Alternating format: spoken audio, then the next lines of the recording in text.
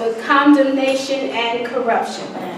And as we know, his aim is to kill, steal, and destroy.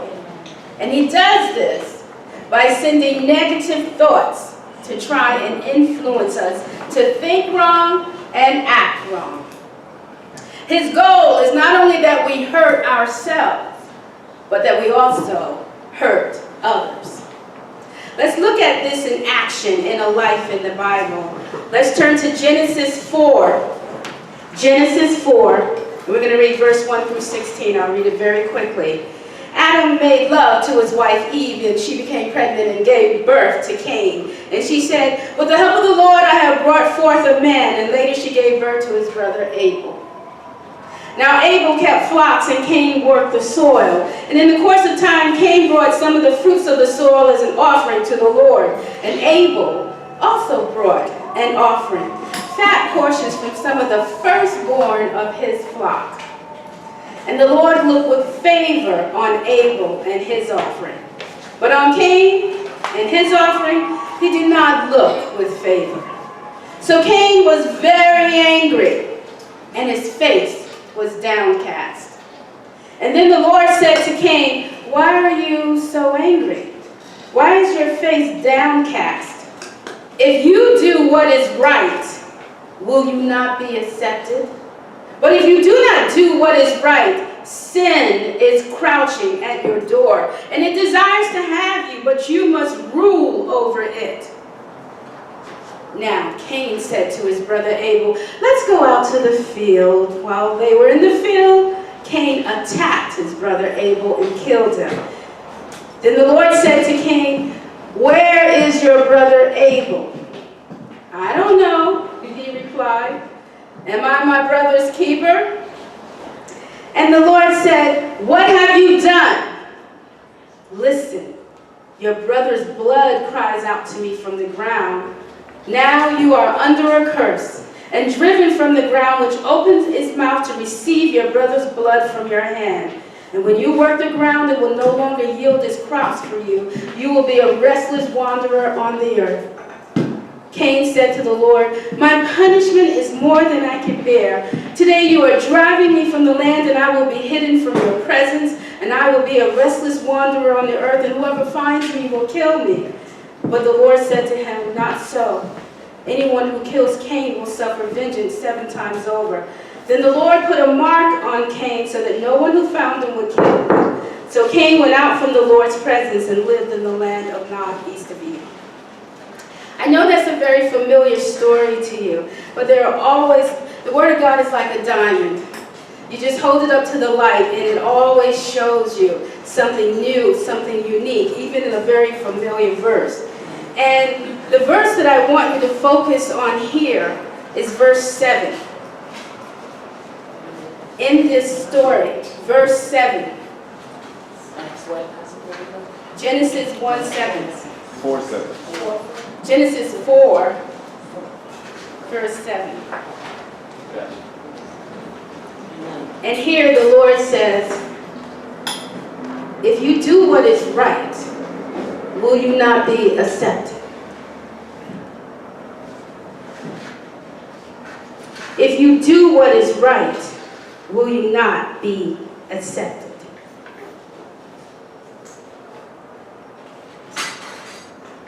God gave a very important principle here he wants us to live by. He said, again, if you do what is right, will you not be accepted? In other words, God says to Cain and he says to us, whatever you're going through, whatever you are feeling about a particular person or a situation in your life, whatever you are struggling with, if you do what is right, I will be with you and I will be for you. That's our message summed up today. Because doing the right thing is a form of protection. When we do the right thing, you know what we're protecting? We're protecting our heart. Because you see, in this very sad story of a brother killing another brother, what happened is what we saw happen is what happens when you allow your heart to become poisoned. Satan poisoned his heart. Abel's death didn't start with a brutal action in the field. It started with negative thoughts in Cain's heart. Matthew 15:19, Jesus said, "For from the heart comes evil thoughts, murder, adultery, all sexual immorality, theft, lying, and slander." When Satan wants you to be hurt, and he wants you to hurt others, what he will do is he will attack your heart with negative thoughts. Yes. So ask yourself, who have I been feeling critical of lately? Jealous of lately? Angry about lately? Disappointed in lately? Who have I started to avoid? Who have I started to feel like I don't want to be bothered? Who have I all of a sudden been feeling not so good towards? If any negative, critical, fearful, anxious, or angry thoughts come to your mind when you think about a situation or a person, know this: your heart is being attacked. When Satan wants to start destroying your life, his biggest target is to go for your heart. Why? Because whatever is in your heart will motivate you. Wow. And mold you. If you have love in your heart, you will move towards people with love and affirmation.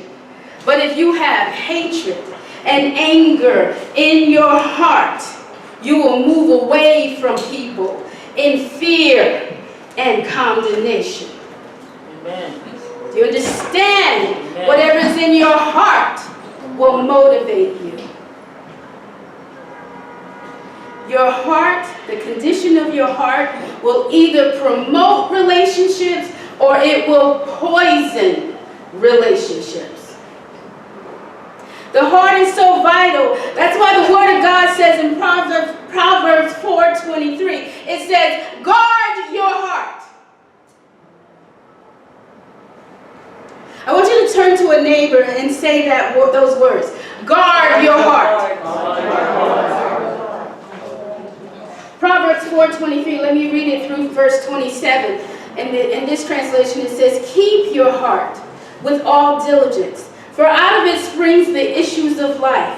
Put away from you a deceitful mouth and put perverse lips far from you. Let your eyes look straight ahead and your eyelids look right before you. Ponder the path of your feet and let all your ways be established. Do not turn to the right or to the left. Remove your feet from evil.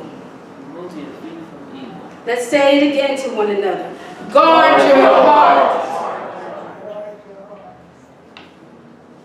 So we're in a series on putting on the armor of God. And one of the pieces of armor that God has for us is a piece of armor called the breastplate of righteousness. And when you put on the breastplate, what part of the body is it protecting? The heart.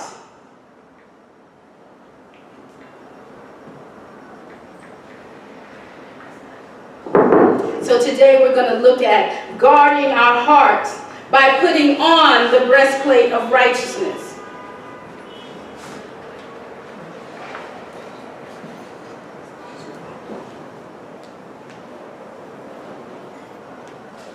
The Roman soldier would protect his heart by putting on a breastplate made of metal links, and this protective equipment would guard the most vital organs. The breastplate was the difference between life and death, because one strike from the enemy could kill a soldier stone cold dead. So it was important to guard this area. A believer who puts on the breastplate of righteousness is one who aligns their lives according to the standards set by God. Righteousness means simply to live right. To be a righteous person is to fulfill the expectations set by God.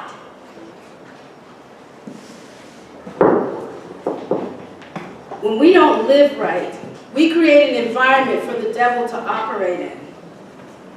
I want you to think of your life as a house. And one day you go on a trip. Before you leave, you clean the house, but one thing is forgotten. You leave a bowl of fruit out on the table. Now right now it looks beautiful. It looks like you just take a picture. You have apples and oranges and grapes and so forth, and it looks great just as it is. But then you go away for 2 weeks. What do you think has happened to your house when you come back? Full of flies. Full of flies. Because something you thought, oh, it looks fine. I'm doing fine. We're doing fine. But you didn't take precautions. You left it out there because it looked like it was fine. You didn't think ahead of what it would be if you left that vulnerable, of what was going to come out. Flies and bugs invade our home because we leave things vulnerable. We think, oh, we don't need to take care of that. It's going to look just like that 2 weeks from now. The enemy takes every opportunity to get you to be forgetful and neglectful and to just go on with life thinking nothing's wrong. Nothing needs to be protected. My heart does not need to be protected. And so when these thoughts start coming in your mind about something or a situation, you just accept it like the fruit is fine. But it's not fine. It's being left out because you're not protecting it. It is vulnerable. Your heart is always vulnerable. Like that bowl of fruit, you have to protect your heart. Don't let the enemy make himself at home in your heart. And the only way that you can always, continuously, daily protect your heart is by making the right decisions according to God.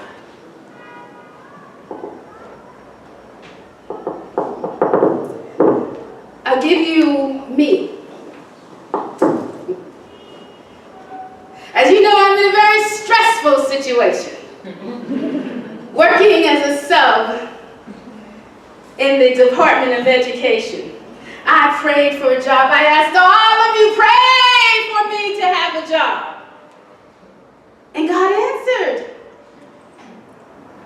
And I have a job 4 blocks from my house. Amen. Hallelujah. And so I say to myself recently, this is not the job. This is not the job. Why? If any of you watched Charles Stanley this morning, he said it in one word. Adversity has come on my job in the form of little 11 and 12-year-olds. Adversity. Now my adversity are all these 30, no, I have 3 classes, 30, these 90, 11 and 12-year-olds. That's my adversity. You may have another adversity. But I have these 11 and 12-year-olds. I thought everything would be fine just getting the job. You may think everything will be fine just getting the job. Everything will be fine just getting the position. Everything will be fine just getting that person. Everything will be fine just getting that apartment. Everything will be fine. Pastor Flo. Do you understand? Yes. But the enemy's sitting there waiting. Oh, she thinks when she walks through the door, everything's going to be fine. I'll show her that there's something she's leaving unguarded.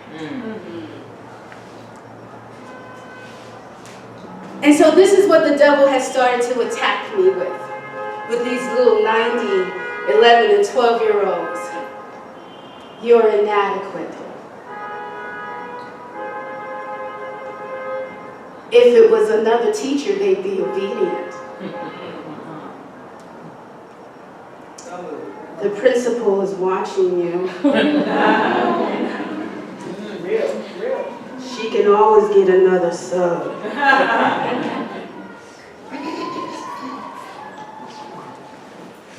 These children hate you. And you're beginning to hate them. Nobody likes me. Nobody is supporting me. I'm doing everything I know to do. And nothing's happening. Now I'm telling you my truth. What have I not done? Tell us what the Lord said about you and your situation. Thank you. That's exactly it. Because you know what? The Lord sent me a messenger. And the messenger said, you are in a battle and you need to start praying. Amen. I said, I'm teaching a series on being in the battle. She said, my friend G, she said, girl, you need to war over those children. You need to declare that they are obedient, that they are cooperative, that they are submitted, that they have a desire to learn. That's right. And you need to see yourself as their teacher. Because right now they got you on the run. That's right. And you have authority over them. I have authority over them. Thank you. That's something else I can pray for. Pray for myself. But do you see the thoughts that were coming in my heart? Thank you. My heart was being poisoned. And it all seemed reasonable to me. Seemed to make sense to me. It seemed to be true to me. This is the same thing that's happening to you in your circumstance. It all seems true. It all seems reasonable. There's just one thing that's missing. But God. Amen. But God. We forget that we are spiritual beings. Amen. We think we're just flesh and blood. It seemed reasonable to me, what I was seeing with my eyes, what I was feeling in my heart. All these things seemed to be true and reasonable, and therefore I could deduce that I needed to depart. No. Does that not seem reasonable? No. Was not all the evidence there to depart? Yeah, but I could even say it would be better for the children, right? no. They'd be better off without me. No, not true. My family would be better off without me. My husband would be better off without me. My children, my church, my whatever. Everything would be better off if you were not here. Because you know what? You're the problem. As if once I was gone, the enemy was going to leave that situation in a place of peace. No! No peace in it. Those children would become even more emboldened. And the next sub that stepped in that door would really get it because they really got Miss King. That's right. So somebody has to take a stand. But in order for me to take a stand, I have to guard my heart. Amen. I'm trying to be real with y'all.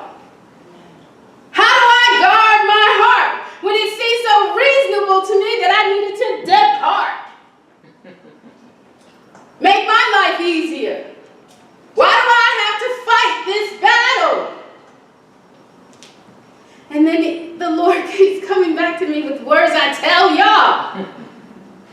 The battle is upon you whether you want it or not. That's right. You think you're going to go someplace and there's not going to be a battle and you're a believer in the Lord? Ah, Where are you going to go? sure. Where are you going to go? Where? You have to open your mouth. You're a target because the enemy hates God. Not because the enemy hates you, you're just incidental. You're a representative of what he truly hates. That's right. Yes. Yes.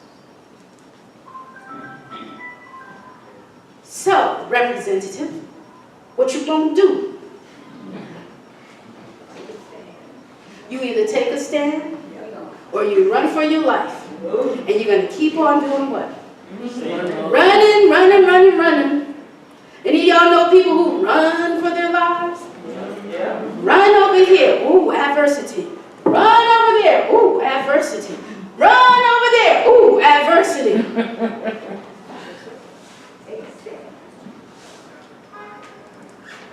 Wherever you go, the devil is waiting right there for you. Amen.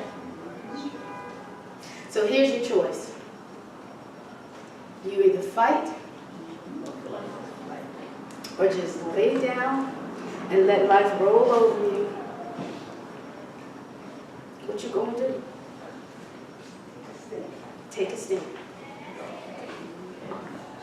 I remember a movie many, many years ago. It was an Italian movie, and this little boy was being bullied. And he told his father or uncle about it. And his father said to him, "Put on your best clothes." And the little boy was like, "But aren't you going to come and protect me?" He said, "Put on your best clothes." And the little boy put on his suit. And he said, "I want you to go and I want you to call that bully out in the center of the square so that everybody can see. And then I want you to take a stand and beat that bully up." The little boy inside, he wanted to run, but he understood the principle that he was being taught. You never run from a bully. You never run from a bully. Because you know what? Bullies are merciless. And when they know that they can bully you, they don't stop. You just become their favorite toy. Wow. So if you run from the devil, he's just going to He'll run continue to back. bully you. But if you take a stand and you beat the devil, there ain't nothing that can stop you. So I'm in a battle to beat the devil with my 90, 11, and 12-year-olds who have been bullying me. Now I got to bully the devil and show them. But that doesn't mean I go in there and beat their butts. I can't do that anymore. I'd love to do that. I remember the days when I was little, we had rulers and they would say, "Hold out your hand, whack." Can't do that no more. That's abuse. Y'all can come visit me in Rikers. But I got to find an alternative. I have to call upon the Lord. Show me how to beat this bully. That's right. Show me, Lord. There's a bully in all of your lives. It's a lot of things. You know it. You know who's bullying you, what's bullying you, what's aggravating you, what's frustrating you, what just never will seem to come to a peaceful resolution. You know your bully. And you want, like me, you want God, just take this bully away. Take this bully away, Lord. And God is saying, put on your best clothes. Put on your best clothes. And go meet this bully in my strength, in my power. Amen. Using my wisdom and my ways. Put on your best clothes.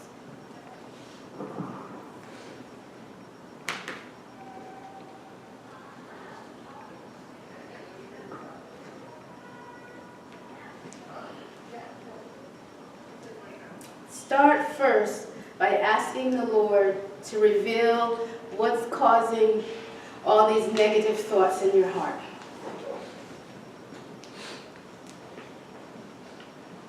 Because you may be feeling, I can't stand up against the bully. The bully's too big. The situation's too impossible. That's fear. But what if the bully retaliates? That's anxiety. Well, what if everybody thinks this about me? That's pride. Well, what about the resources? How am I going to do it?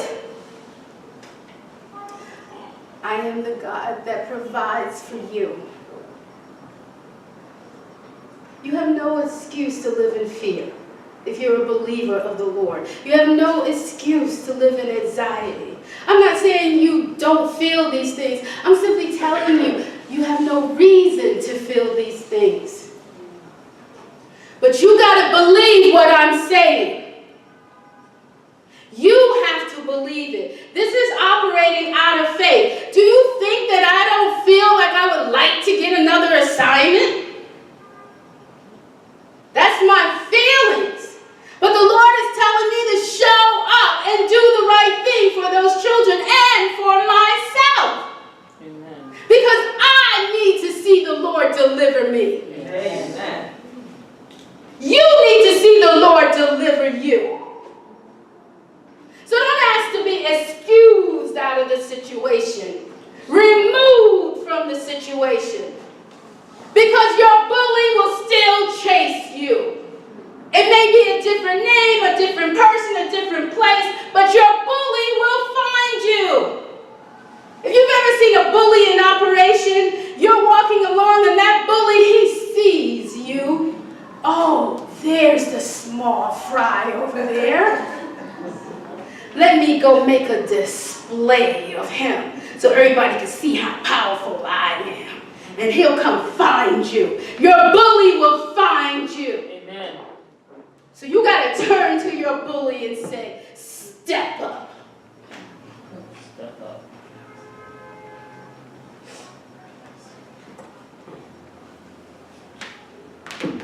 No more. In the name of Jesus, no more. Amen. You will not defeat me. You will not beat me up over this thing anymore.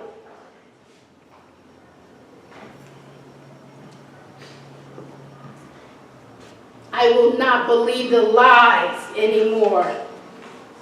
That you are too big. That I'm too small.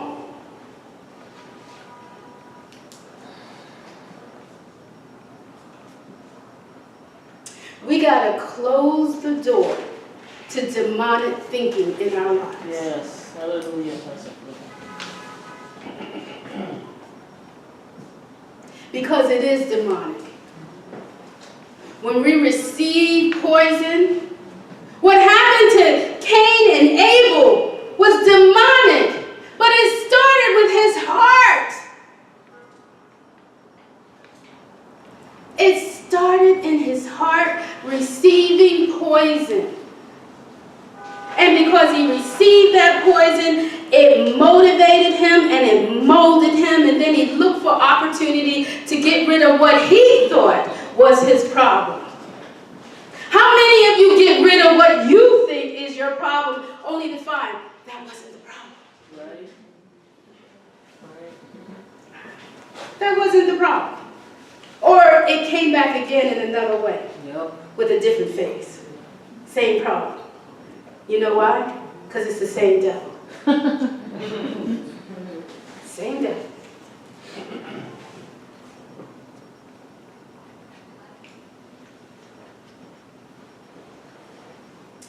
The breastplate guards us. It protects and shields our heart from the fatal poison that the enemy wants to send our way. If demonic activity is going on, there's chaos, there's confusion, there's discouragement, there's depression, These are all indicators that poison has gotten into someone's heart. If it's not in your heart, it's in somebody's heart you're dealing with. They're being bullied. God doesn't care. He doesn't care if you're Satan doesn't care. He doesn't care if you're being bullied or somebody you love is being bullied. He wants us all to just scatter in defeat and discouragement and depression and avoiding each other and isolating each other. And to run with our tails under. And to always think that person is the issue. That's what he wants. But you got to fight. You got to guard your heart. Say, Lord, cleanse my heart. Whatever is in my heart that may be contributing to this chaos and this confusion, take it out, Lord God. Whatever is in my heart towards these children, Lord God, take it out. Yes. They're 11 and 12-year-olds. They don't know nothing. But I'm treating them like they know what they're doing. They're just being children. But I got to be the adult.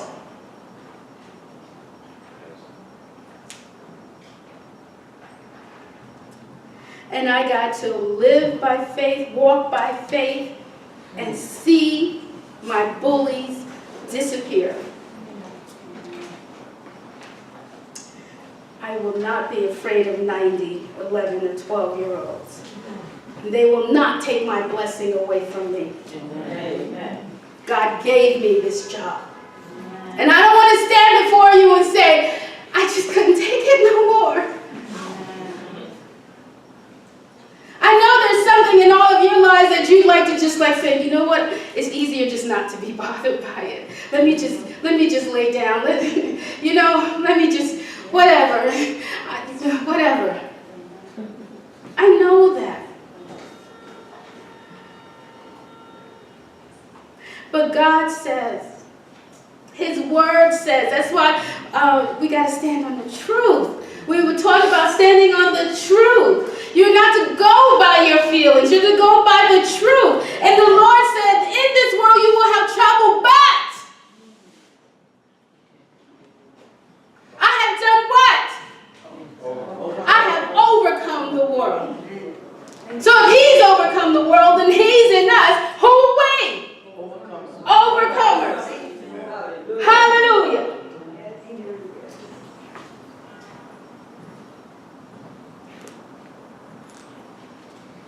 How are we doing on time?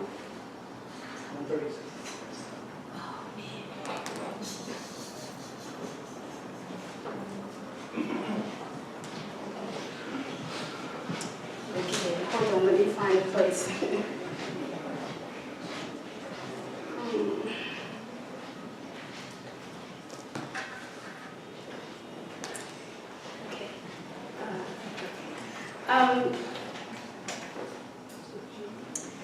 Jesus gave us a gift.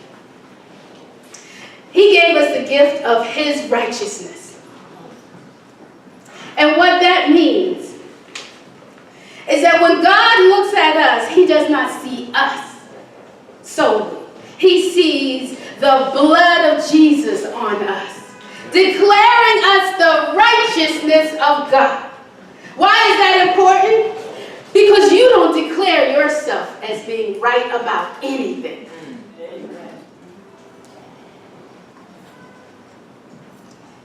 You say, I don't have it. I'm inadequate. I'm no good. Somebody else, y'all do it. Ramona, can you go teach my class tomorrow? You're so much better than I would be. Lyle, please. Somebody else do this. Because I don't have what it takes. Lies. Those are lies.